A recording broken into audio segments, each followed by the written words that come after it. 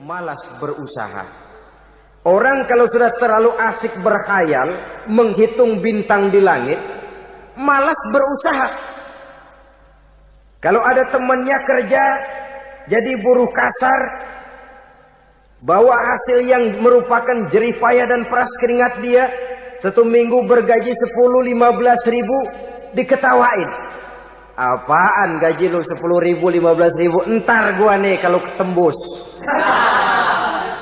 100 juta, entar. Yang 10 ribu dan 15 ribu keringat orang itu dihina, itu dicela. Tetapi dia selalu menghitung, entar nih gua. Entarnya wallahu a'lam. Saudara hadirin yang saya muliakan, timbullah sikap malas. Padahal di tengah negara sedang membangun di berbagai bidang kehidupan. Maka sifat malas ini merupakan musuh kita. Baik mengejar kemiskinan, baik mengejar kebodohan dan keterbelakangan kita di sektor-sektor lainnya. Alangkah akan terganggunya roda pembangunan di negara kita ini jikalau sebagian besar rakyat dihinggapi oleh penyakit malas, yang malas ini dilatar belakangi oleh penyakit tulul amal, terlalu muluk angan-angan, yang angan-angan ini dininabobokan oleh keinginan untuk mendapatkan untung yang besar tanpa peras keringat dan banting tulang. Sasaran yang lebih jauh, dan ini yang paling kita khawatirkan, hancurnya kubu-kubu pertahanan moral daripada bangsa kita. Kita sependapat bahwa lebih penting daripada membangun jembatan adalah membangun manusia yang membangun jembatan. Bahwa lebih penting daripada mengaspal jalan raya adalah membangun mental manusia yang melaksanakan pengaspalan itu. Dengan kata lain, membangun dan mempersiapkan manusia pembangunan. Tanpa itu, maka saya merasa khawatir kalau nanti kita tidak akan sampai kepada target yang kita harapkan oleh karena kandas di tengah jalan. Saudara-saudara kaum muslimin rahimakumullah, Islam sebagai agama yang mengajarkan manusia untuk berusaha dan mengeluarkan segala kemampuan untuk melaksanakan segala usahanya itu, sangat membenci sifat malas, sangat membenci sifat tulul amal atau panjang angan-angan. Dan oleh karena judi melahirkan dua sifat itu, Islam sangat menganjurkan pengikutnya untuk menjauhi segala macam jenis perjudian, baik yang terang-terangan maupun yang dilakukan secara samar-samar, tidak ketara, judi canggih sesuai dengan canggihnya teknologi daripada manusia itu sendiri. Ini adalah penyakit yang meracuni masyarakat manusia dari sejak berpribadi, bertetangga, berumah tangga, sampai kepada berbangsa dan bernegara. Dan kasus-kasus yang timbul sudah cukup banyak, yang tidak mungkin lagi kita katakan hanya sekedar bersifat kasuistis, bersifat kasus-kasus kecil saja. Sebelum riaknya naik ke permukaan, marilah kita membuat benteng untuk masing-masing pribadi muslim memelihara dan menjaga diri, jangan terseret dalam permainan yang bernama judi, apapun bentuknya, bagaimanapun cara dan ragamnya. Karena jelas bahayanya lebih besar daripada manfaatnya. Taruhlah kita barangkali kemarin-marin hanyut dalam arus perjudian, tetapi hendaknya kita bisa mengambil pelajaran bahwa seorang mukmin adalah seorang yang apabila dia melakukan kesalahan, dia segera sadar, dijadikannya pelajaran untuk tidak diulanginya lagi pada masa-masa yang akan datang. Dengan sikap semacam itu, kita tidak lagi akan mengulangi kesalahan-kesalahan lama, dan grafik kehidupan kita dari hari ke hari akan makin menunjukkan hal-hal yang baik dan positif adanya. Saudara-saudara kaum muslimin rahimakumullah, kalau ABRI masuk desa, rakyat beruntung. Kalau jaksa masuk desa, rakyat bahagia. Kalau koran masuk desa, rakyat ikut jadi cerdas. Tapi kalau judi masuk desa, rakyat kiamat. Pembangunan akan terbengkalai. Roda perekonomian akan lesu. Karena mestinya orang membelanjakan uang untuk sesuatu yang dia perlukan, akhirnya dia belanjakan untuk sesuatu yang dia tidak perlukan, karena gambaran, khayalan akan mendapat keuntungan yang jauh lebih besar lagi. Padahal istilah orang-orang tua kita dulu, lebih baik makan singkong betulan daripada makan roti ngimpi. Artinya uang yang 1.000-2.000 rupiah itu lebih baik dibelikan beras, dimasak, makan bersama anak dan istri, terasa nikmat dan halalnya, ketimbang beli kertas lalu ngelamun, menghayal, menghitung yang bukan-bukan. Itu kertas dibolak madep ulon, dibolak madep mudik, diputar sana, diputar sini, akhirnya palanya ikut muter. Kira-kira apa yang cocok? Masih belum puas, kertas dilihat, orang gila ditanyain. Sudah tahu waras, orang gila yang ditanya. Masih belum puas, nanya orang gila, tidur di kuburan. Allahu Akbar. Padahal di rumahnya tempat tidurnya empuk, anget, nggak ada nyamuk. Kuburan, tidur di kuburan.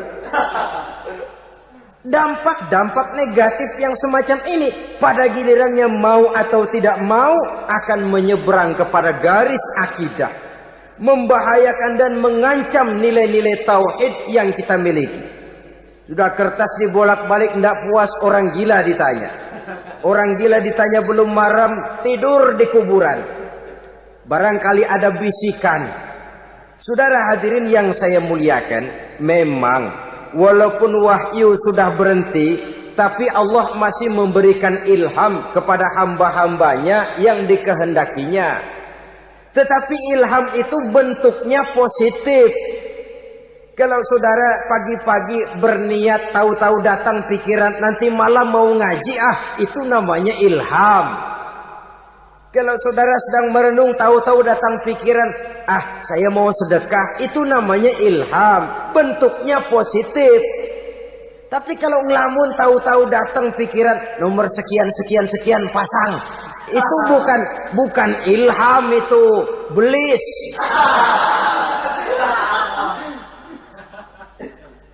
Saudara hadirin yang saya muliakan, tidak puas tidur di kuburan, cari yang lebih paten lagi, dukun ditanya. Nah, saya ingin menuduhkan persoalan. Apa tidak boleh orang ziarah kubur? Apa tidak boleh orang pergi ke dukun? Ini dalam kaitannya dengan judi, karena ini penyakit yang sudah merajalela, mewabah di kalangan masyarakat kita di lapisan yang bawah ini. Saudara hadirin yang saya muliakan, ziarah kubur bukan saja boleh, malah dianjurkan oleh Nabi. Tetapi ziarah kubur yang dianjurkan oleh Nabi itu dengan tujuan pertama, agar orang ingat kepada mati. Kafa bil mauti wa'izah, kata Nabi. Cukup dengan mengingat mati menjadi pelajaran bagi kamu semua. Maka etikanya diajarkan, kalau saudara ziarah kubur sampai di depan pintu kubur itu kan, Assalamualaikum ya ahlal kubur wa inna insyaallahu bikum lahikun. Kami satu saat insya Allah pasti akan menyusul kamu. Kalau kamu sekarang berbaring di sini, satu saat kami akan berbaring di sini. Ziarah kubur mengingatkan orang kepada mati. Orang yang ingat kepada mati, gaya hidupnya lain dengan orang yang tidak ingat mati. Nah, orang kalau nggak ingat mati, gaya hidupnya nggak terkontrol. Kalau dia berkuasa, Fir'aun. Itu nggak ingat mati. Kalau dia kaya, Korun. Sudah gambarannya nggak merupakan gambaran-gambaran yang baik. Orang yang ingat mati, dia berkuasa, dia berlaku adil. Suatu saat saya akan mati dan ini akan dimintakan pertanggungan jawab. Orang kaya ingat mati, dia akan jadi pemurah. Kenapa? Kalau saya diberikan ilmu, pertanyaan akhirat cuma satu, ilmumu kau amalkan untuk apa? Kalau saya diberikan umur panjang, pertanyaan akhirat cuma satu, umurmu kau habiskan di mana? Tapi jikalau saya diberikan harta, pertanyaan akhirat ada dua. Hartamu kau dapat dari mana, kau belanjakan kemana? Depannya ditanya, belakangnya ditanya. Dapat dari mana, dibelanjain kemana? Sebab dua-duanya berkaitan dengan kegiatan. Kadang-kadang dapatnya dari jalan yang baik, tapi keluarnya ke tempat yang tidak baik, itu pun tidak betul. Atau dapatnya dari yang tidak baik, tapi dibelanjakan untuk yang baik, itu pun tidak bisa diterima. Oleh karenanya, dengan mengingat mati, gaya hidup seseorang jadi terkontrol karenanya. Yang kedua, dianjurkan kita untuk berziarah kubur itu mendoakan orang-orang yang sudah meninggal. Mal mayyitu fi qabrihi illa kal gharikil mutaghawis, kata Nabi. Orang yang sudah meninggal itu di alam barzakhnya adalah seperti orang yang tenggelam di lautan, menunggu doa dari keluarganya yang masih hidup. Apakah itu anaknya, kemenakannya, cucunya, dan lain sebagainya. Adapun yang kalau kita ziarahi itu kuburnya orang-orang yang kita tahu merupakan orang soleh, orang yang berjiwa bersih, yang kita kenal ketakwaannya kepada Allah Subhanahu wa ta'ala, tidak ada salahnya kita bertabarruk, asal jangan dengan satu keyakinan bahwa dia secara mandiri bisa mendoakan kita. Dia hanya bisa melakukan itu hanya dengan izin Allah. Nah, umumnya orang kalau sudah ziarah ke kubur-kubur keramat itu, Allahnya kelupaan. Itu yang dikhawatirkan merusak dan mengganggu akidah. Sehingga di awal-awal perkembangan Islam, Nabi pernah melarang orang ziarah kubur itu. Ini bisa kita simak dari hadis, kuntu nahaitukum an ziyaratil qabri fazuruha. Dahulu aku pernah melarang kamu untuk ziarah kubur. Adapun sekarang kalau mau ziarah, ziarahlah kamu. Kata-kata dulu aku pernah melarang kamu, itu menggambarkan bahwa pada permulaan perkembangan Islam, nilai keimanan para sahabat masih rapuh, masih lemah, masih memerlukan pembinaan. Sehingga kalau mereka sering ke kubur, dikhawatirkan mereka minta kepada kubur. Nah, tetapi tatkala nilai keimanannya sudah mapan, sudah kuat, kata Rasul, fazuruha. Adapun sekarang kalau mau pergi berziarah, ziarahlah kamu. Saudara hadirin yang saya muliakan, jadi jangan melupakan Allah.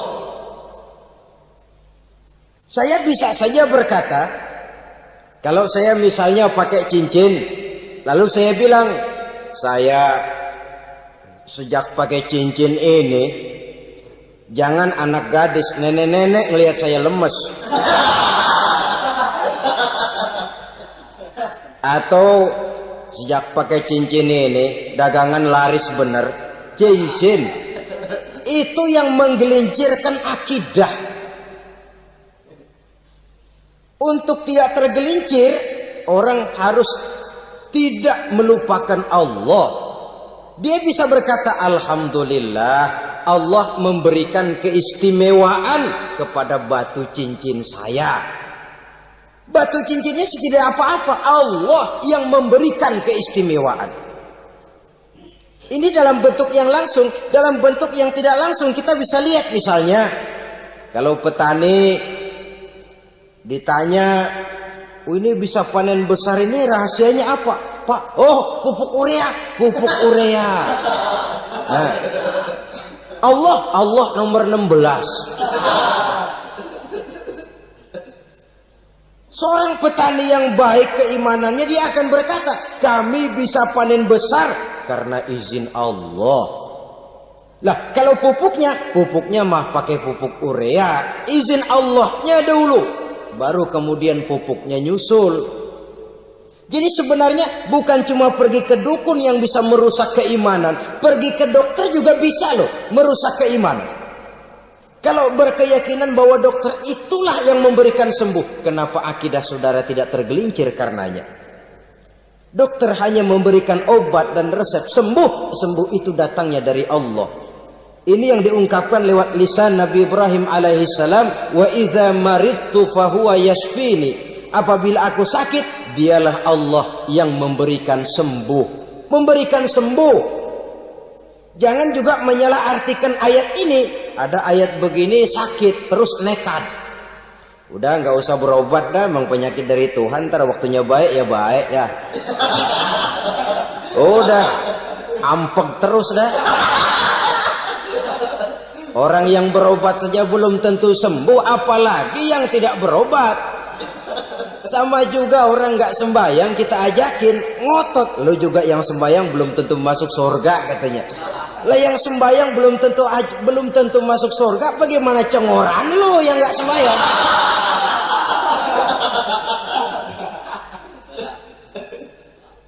Saudara hadirin yang saya muliakan, kaum muslimin yang berbahagia. Jadi dengan demikian, maka jangan menghilangkan Allah. Kita, ajaran pokok dalam Islam adalah ajaran tentang tauhid. Tauhid ini menyangkut mengesahkan Allah, baik di dalam zatnya, baik di dalam sifatnya, baik di dalam perbuatannya, baik di dalam beribadah kepadanya. Tauhid dalam ibadah itu ada. Tauhid dalam zat artinya zat Allah itu tidak tersusun, tidak terdiri dari bagian-bagian yang bisa dipecah-pecah. Ya seperti kita ini kan ada kepala, ada kaki, ada tangan. Allah tidak tersusun zatnya dari bagian-bagian. Esa zatnya tidak bisa dibagi-bagi. Esa sifatnya artinya Allah itu sifatnya tidak pernah berubah. Sejak dahulu sampai sekarang Allah itu cinta kepada orang beriman yang melakukan kebaikan. Dan Allah benci kepada orang kufur yang melakukan kejahatan. Mustahil satu saat Allah berubah.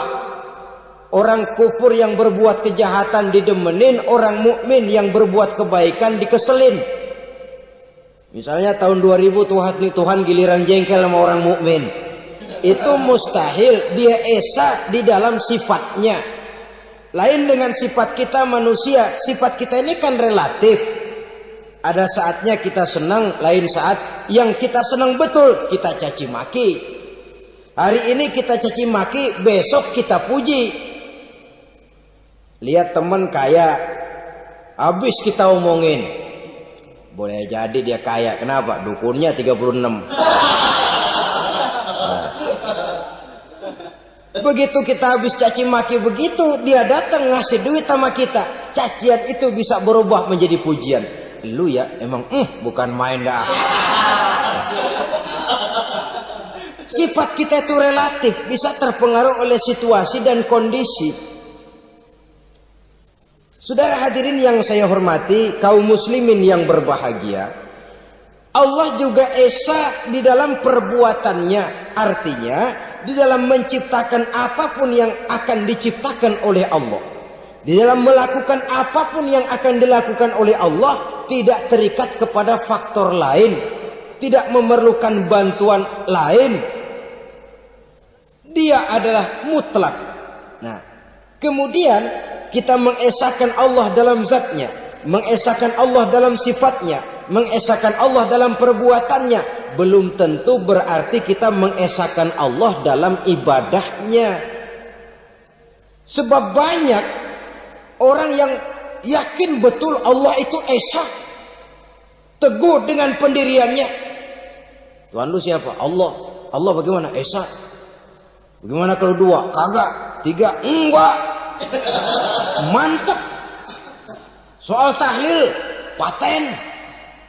Tapi dalam ibadah kadang-kadang dia tidak mentauhidkan Allah. Ini makna wa ma umiru illa liya'budullaha mukhlisin. Kami tidak memerintahkan kepadamu kecuali untuk beribadah kepadaku, kata Allah, dengan ikhlas. Beribadah kepada Allah dengan ikhlas itu artinya apa? Beribadah hanya untuk Allah saja. Nah, kalau hanya untuk Allah saja, lalu kita minta berdoa di depan kuburan orang yang soleh, apa syirik? Tidak syirik. Kalau kita berkeyakinan bahwa orang tempat kita memanjatkan doa itu hanya bisa mendoakan kita dengan izin Allah. Dia sendiri tidak punya kekuasaan apa-apa. Tanpa izin Allah dia tidak bisa berbuat apa-apa. Itu tidak menyebabkan orang menjadi syirik. Sama saja dengan kalau saya berkata tadi, alhamdulillah Allah telah memberikan keistimewaan kepada batu cincin saya. Apa salahnya Allah memberikan keistimewaan kepada benda-benda mati? Allah memberikan keistimewaan kepada Hajar Aswad, benda mati. Allah memberikan keistimewaan kepada Masjidil Haram, benda mati. Allah memberikan keistimewaan kepada Ka'bah, benda mati. Orang tawaf keliling Ka'bah, sembahyang di Masjidil Haram, sujud menghadap kepada Ka'bah. Apakah jadi syirik? Tidak. Kita tidak menyembah Ka'bahnya, kita menyembah yang punya Ka'bah itu. Nah, di sini kita lihat bahwa fungsi Ka'bah hanya merupakan wasilah. Tapi kalau Allahnya kita hilangkan, jadilah kita penyembah batu. Hanya saja batu itu berbentuk 4 bernama Ka'bah. Sa'i, orang yang melaksanakan haji, lari-lari antara Safa dan Marwah, amalan apa itu? Seakan-akan kita menghormati bukit-bukit, gunung-gunung. Tapi bukan itu yang kita tuju dalam pelaksanaan sa'i itu. Yang kita tuju adalah ini perintah Allah. Allahnya yang diutamakan. Maka hal semacam ini tidak menyebabkan orang menjadi syirik dan tergelincir dari tauhid. Tapi kalau ziarah kubur dengan niat cari buntutan, cari nomor yang cocok, ini niatnya saja sudah salah. Nah, kalau berangkat dengan niat yang salah, sampai di sana saya yakin, seyakin-yakinnya amalannya pasti salah. Lah, kubur yang diziarahin bukan kubur orang soleh. Yang mana ada orang soleh ngasih kode buntut. Ada juga orang salah, bukan orang soleh itu. Kadang-kadang dia nggak tahu kuburan siapa, nongkrong aja di situ. Memang sulit, saudara-saudara. Mental ya, namanya mental. Kalau memang mental sudah mental judi, apa saja bisa dijudiin. Jadi orang nggak perlu sebenarnya pemerintah terlalu gini, nggak usah. Kembali saja kepada mental. Kalau mental memang sudah mental judi, apaan aja bisa dijudiin. Pulang tengah malam nabrak babi, babi yang keluar nih.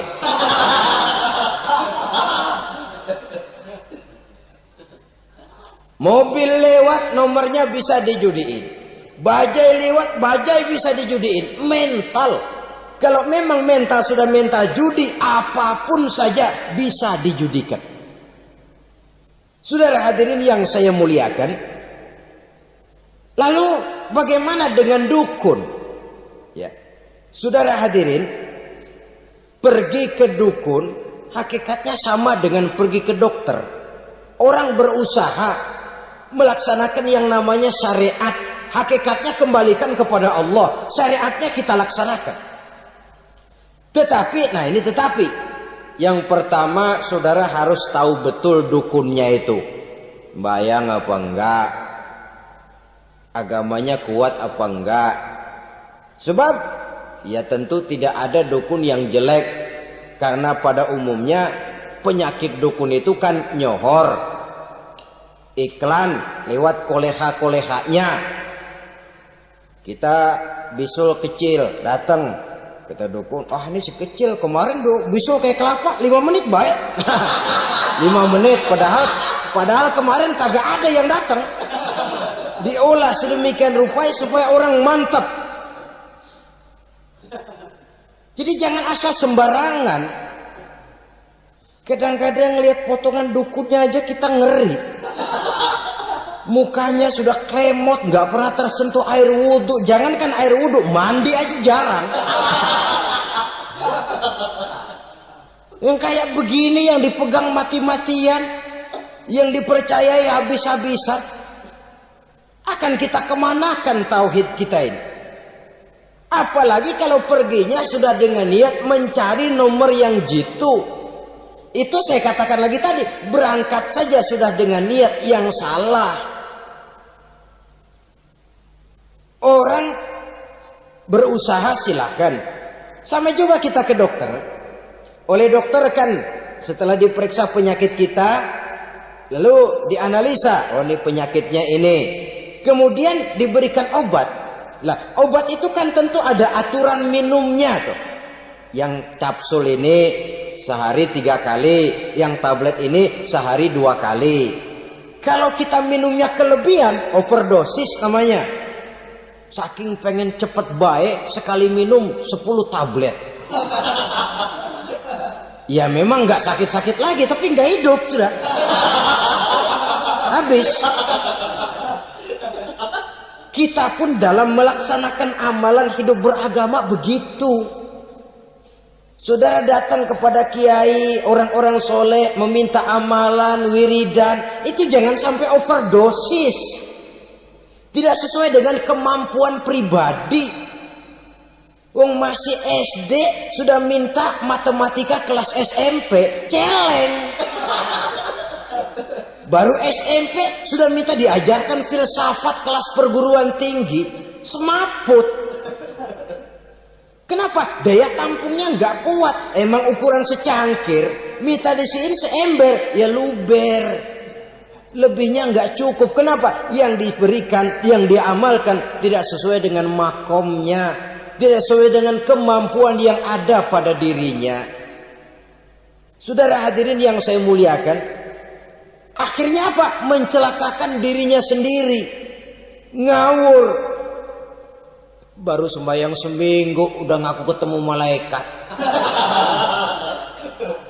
Sembahyang ditemenin malaikat. Lah sembahyang baru seminggu mulai. Itu malaikat iseng amat. Ya walaupun kalau Allah izinkan tidak mustahil, tapi kan tidak logik. Orang yang melaksanakan ibadah puluhan tahun memerlukan riyadhah dan latihan, khusyuk dan tawadhu, penuh tazallul, merendahkan diri di hadapan Allah, belum tentu mendapat karunia yang semacam itu. Saudara hadirin yang saya muliakan, jadi dengan kata lain, yang pertama, lihatlah dulu kualitas dukun yang akan saudara datangi itu. Ini kualitas black apa kualitas white? Aspal apa cat putih? Sehingga jangan sampai kita salah pilih. Sebab biasanya orang kalau sudah hanyut di kali, rumput pun dia pegangin. Dia tahu kalau rumput tidak akan bisa menahan bobot badannya, tapi karena posisinya posisi terjepit, rumput pun dia pegang. Ini satu gambaran psikologis betapa orang dalam keadaan panik, kepepet, kejepit, yang tidak mestinya dipegang pun akan dipegangnya juga. Walaupun dia tahu itu tidak akan bisa menahan bobot badannya, namun dipegangnya juga. Oleh karenanya, yang pertama, lihat dulu kualitas dukunnya. Yang kedua, saudara-saudara, jangan berkeyakinan bahwa dukun itulah yang memberikan permintaan saudara. Si dukun hanya bisa dengan izin Allah. Malas berusaha. Orang kalau sudah terlalu asik berkhayal, menghitung bintang di langit, malas berusaha. Kalau ada temannya kerja jadi buruh kasar, bawa hasil yang merupakan jeripaya dan peras keringat dia, 1 minggu bergaji 10-15 ribu, diketawain. Apaan gaji lu 10 ribu 15 ribu? Entar gua nih kalau tembus 100 juta entar.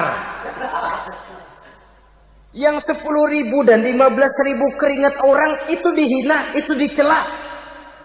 Tetapi dia selalu menghitung, entar nih gua. Entarnya wallahu a'lam. Saudara hadirin yang saya muliakan, timbullah sikap malas. Padahal di tengah negara sedang membangun di berbagai bidang kehidupan. Maka sifat malas ini merupakan musuh kita. Baik mengejar kemiskinan, baik mengejar kebodohan dan keterbelakangan kita di sektor-sektor lainnya.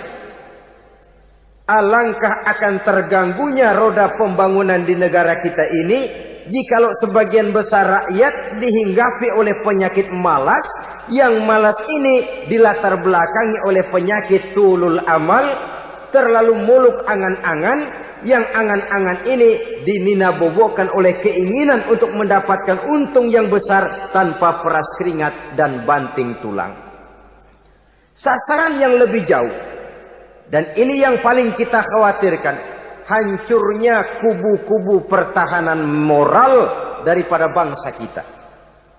Kita sependapat bahwa lebih penting daripada membangun jembatan adalah membangun manusia yang membangun jembatan.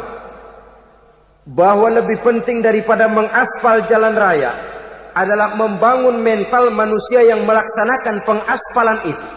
Dengan kata lain, membangun dan mempersiapkan manusia pembangunan.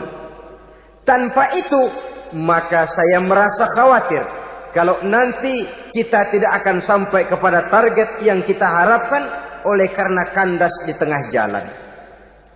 Saudara-saudara kaum muslimin rahimakumullah, Islam sebagai agama yang mengajarkan manusia untuk berusaha dan mengeluarkan segala kemampuan untuk melaksanakan segala usahanya itu, sangat membenci sifat malas, sangat membenci sifat tulul amal atau panjang angan-angan. Dan oleh karena judi melahirkan dua sifat itu, Islam sangat menganjurkan pengikutnya untuk menjauhi segala macam jenis perjudian, baik yang terang-terangan maupun yang dilakukan secara samar-samar, tidak ketara, judi canggih sesuai dengan canggihnya teknologi daripada manusia itu sendiri.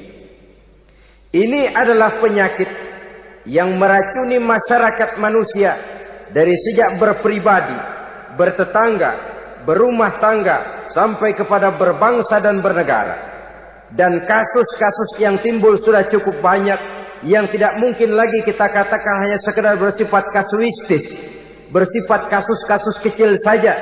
Sebelum riaknya naik ke permukaan, marilah kita membuat benteng untuk masing-masing pribadi muslim memelihara dan menjaga diri, jangan terseret dalam permainan yang bernama judi, apapun bentuknya, bagaimanapun cara dan ragamnya. Karena jelas bahayanya lebih besar daripada manfaatnya.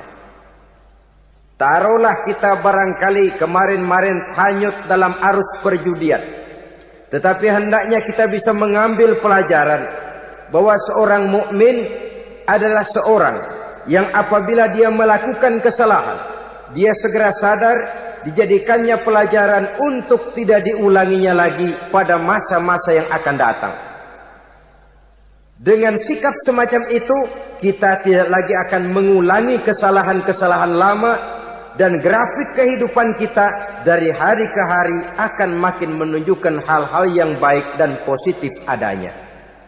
Saudara-saudara kaum muslimin rahimakumullah, kalau ABRI masuk desa, rakyat beruntung.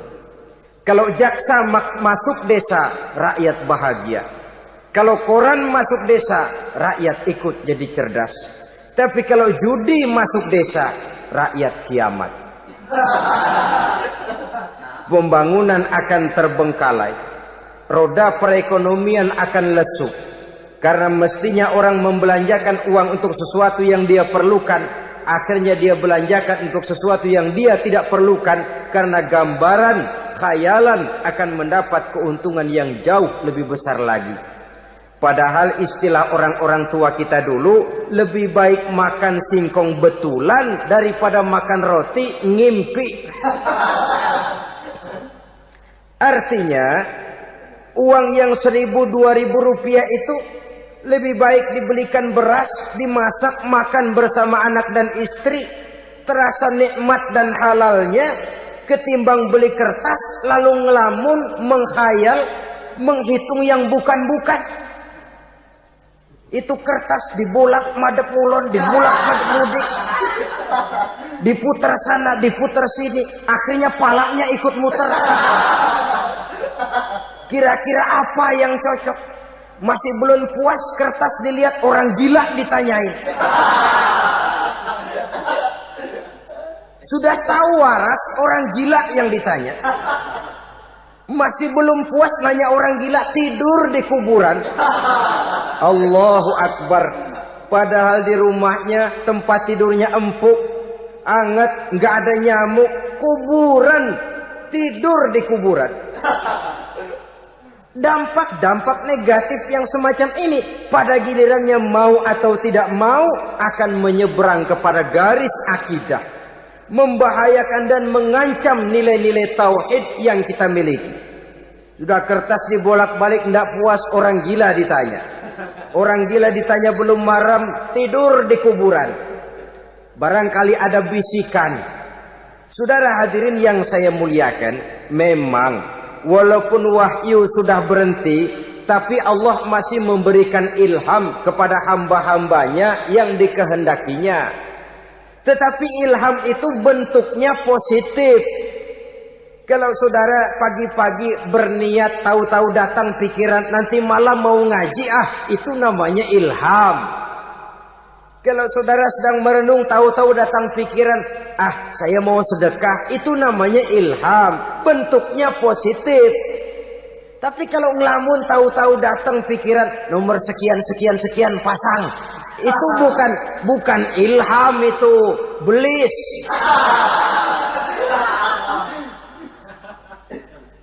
Saudara hadirin yang saya muliakan, tidak puas tidur di kuburan, cari yang lebih paten lagi, dukun ditanya.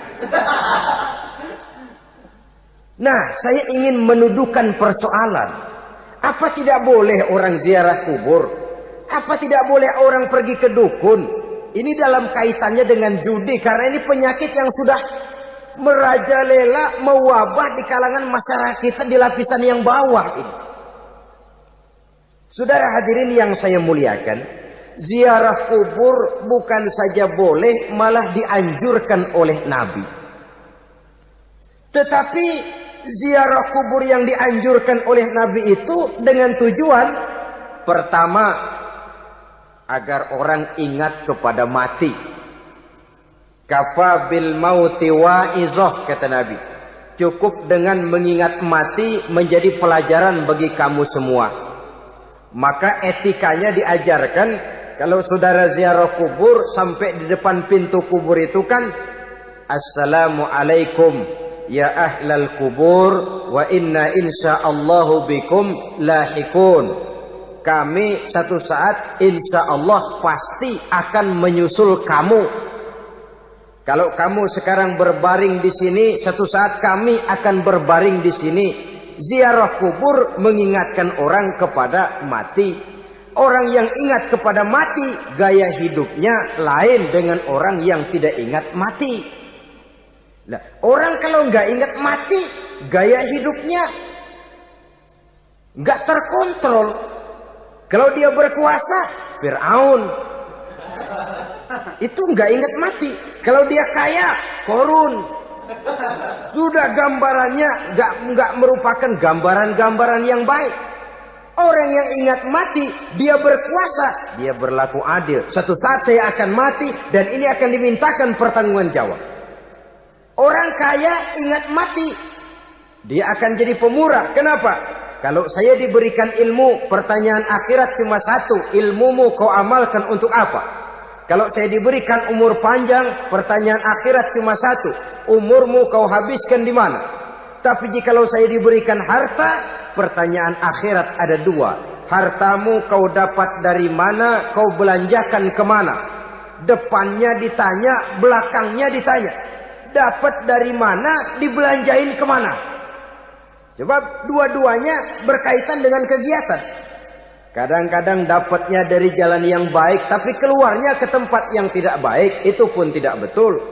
atau dapatnya dari yang tidak baik tapi dibelanjakan untuk yang baik, itu pun tidak bisa diterima. Oleh karenanya, dengan mengingat mati, gaya hidup seseorang jadi terkontrol karenanya. Yang kedua, dianjurkan kita untuk berziarah kubur itu mendoakan orang-orang yang sudah meninggal. Mal mayyitu fi qabrihi illa kal gharikil mutaghawis, kata Nabi. Orang yang sudah meninggal itu di alam barzakhnya adalah seperti orang yang tenggelam di lautan, menunggu doa dari keluarganya yang masih hidup. Apakah itu anaknya, kemenakannya, cucunya, dan lain sebagainya. Adapun yang kalau kita ziarahi itu kuburnya orang-orang yang kita tahu merupakan orang soleh, orang yang berjiwa bersih, yang kita kenal ketakwaannya kepada Allah Subhanahu wa ta'ala, tidak ada salahnya kita bertabarruk, asal jangan dengan satu keyakinan bahwa dia secara mandiri bisa mendoakan kita. Dia hanya bisa melakukan itu hanya dengan izin Allah. Nah, umumnya orang kalau sudah ziarah ke kubur-kubur keramat itu Allahnya kelupaan. Itu yang dikhawatirkan merusak dan mengganggu akidah. Sehingga di awal-awal perkembangan Islam, Nabi pernah melarang orang ziarah kubur itu. Ini bisa kita simak dari hadis, kuntu nahaitukum an ziyaratil qabri fazuruha. Dahulu aku pernah melarang kamu untuk ziarah kubur. Adapun sekarang kalau mau ziarah, ziarahlah kamu. Kata-kata dulu aku pernah melarang kamu itu menggambarkan bahwa pada permulaan perkembangan Islam, nilai keimanan para sahabat masih rapuh, masih lemah, masih memerlukan pembinaan. Sehingga kalau mereka sering ke kubur, dikhawatirkan mereka minta kepada kubur. Nah, tetapi tatkala nilai keimanannya sudah mapan, sudah kuat, kata Rasul, fazuruha. Adapun sekarang kalau mau pergi berziarah, ziarahlah kamu. Saudara hadirin yang saya muliakan, jadi jangan melupakan Allah.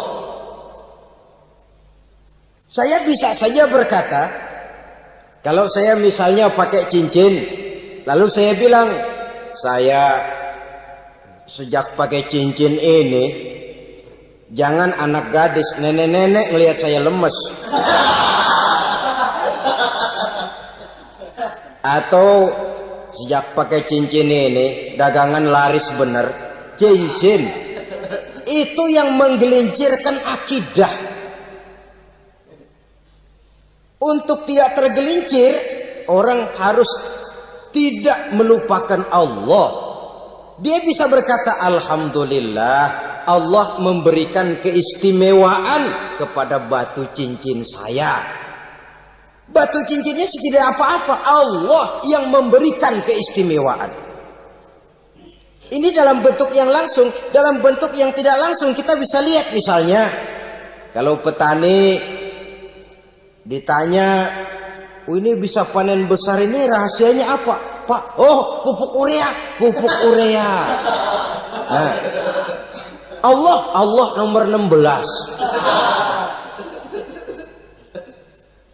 Seorang petani yang baik keimanannya, dia akan berkata, kami bisa panen besar karena izin Allah. Lah, kalau pupuknya mah pakai pupuk urea, izin Allahnya dulu, baru kemudian pupuknya nyusul. Jadi sebenarnya bukan cuma pergi ke dukun yang bisa merusak keimanan, pergi ke dokter juga bisa loh merusak keimanan. Kalau berkeyakinan bahwa dokter itulah yang memberikan sembuh, kenapa akidah saudara tidak tergelincir karenanya? Dokter hanya memberikan obat dan resep, sembuh itu datangnya dari Allah.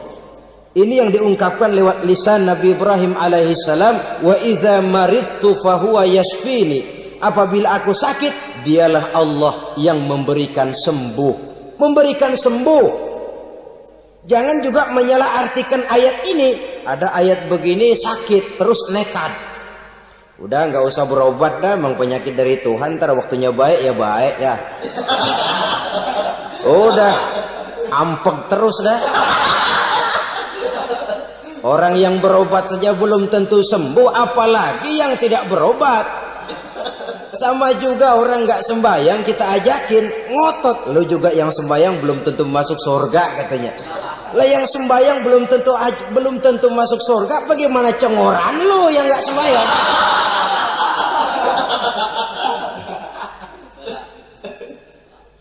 Saudara hadirin yang saya muliakan, kaum muslimin yang berbahagia. Jadi dengan demikian, maka jangan menghilangkan Allah. Kita, ajaran pokok dalam Islam adalah ajaran tentang tauhid. Nah, tauhid ini menyangkut mengesahkan Allah, baik di dalam zatnya, baik di dalam sifatnya, baik di dalam perbuatannya, baik di dalam beribadah kepadanya. Tauhid dalam ibadah itu ada. Tauhid dalam zat artinya zat Allah itu tidak tersusun, tidak terdiri dari bagian-bagian yang bisa dipecah-pecah. Ya seperti kita ini kan ada kepala, ada kaki, ada tangan. Allah tidak tersusun zatnya dari bagian-bagian. Esa zatnya tidak bisa dibagi-bagi. Esa sifatnya artinya Allah itu sifatnya tidak pernah berubah. Sejak dahulu sampai sekarang Allah itu cinta kepada orang beriman yang melakukan kebaikan. Dan Allah benci kepada orang kufur yang melakukan kejahatan. Mustahil satu saat Allah berubah. Orang kufur yang berbuat kejahatan didemenin, orang mukmin yang berbuat kebaikan dikeselin. Misalnya tahun 2000 Tuhan giliran jengkel sama orang mukmin. Itu mustahil, dia esa di dalam sifatnya. Lain dengan sifat kita manusia. Sifat kita ini kan relatif. Ada saatnya kita senang, lain saat yang kita senang betul kita caci maki. Hari ini kita caci maki, besok kita puji. Lihat teman kaya, habis kita omongin. Boleh jadi dia kaya, kenapa? Dukunnya 36. Begitu kita habis caci maki begitu, dia datang ngasih duit sama kita. Cacian itu bisa berubah menjadi pujian. Lu ya emang bukan main dah. Sifat kita itu relatif, bisa terpengaruh oleh situasi dan kondisi. Saudara hadirin yang saya hormati, kaum muslimin yang berbahagia.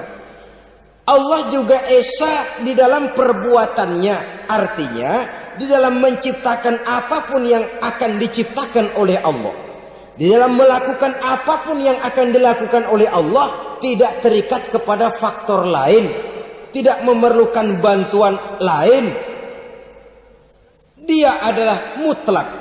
Nah, kemudian kita mengesahkan Allah dalam zatnya, mengesahkan Allah dalam sifatnya, mengesahkan Allah dalam perbuatannya. Belum tentu berarti kita mengesahkan Allah dalam ibadahnya.